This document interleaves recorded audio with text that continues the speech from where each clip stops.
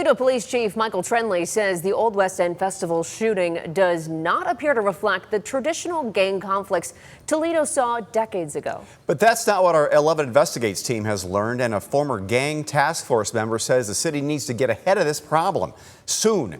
Lead investigator Brian Duggar has the story. It's not like the old days when we had gangs and you were on this side, you were over here, and you didn't cross into each other. Those traditional gangs like that just don't exist in our community like that. But Chris Gill sees it differently. He's convinced the Old West End shooting was gang-related.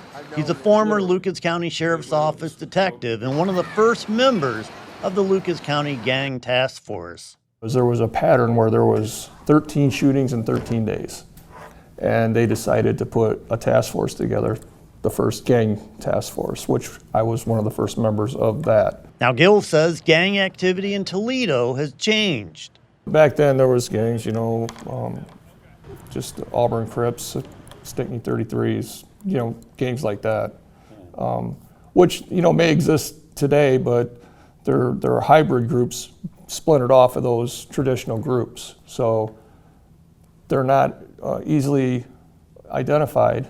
But when it comes to the Old West End Festival shooting, where 12 people were shot, Gill says he believes this was more than a dispute between two people.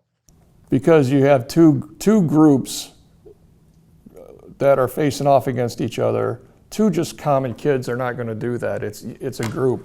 Part of a gang is a group of 3 or more. And if you have 50 kids in a group, 2 separate shooters, they're not just going to shoot each other for no reason.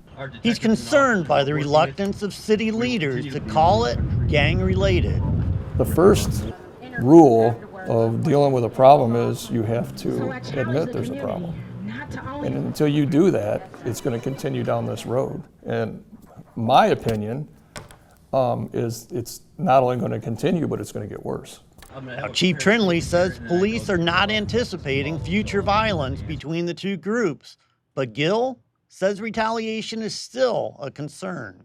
I believe we're going to continue to see retaliation. My concern is where we're going to see that retaliation at. Is it going to be the 4th of July fireworks? Is it going to be some other big event? And we have to do something before that. We have to get out ahead of this. He says part of that response should include a stronger visible security presence at major public events.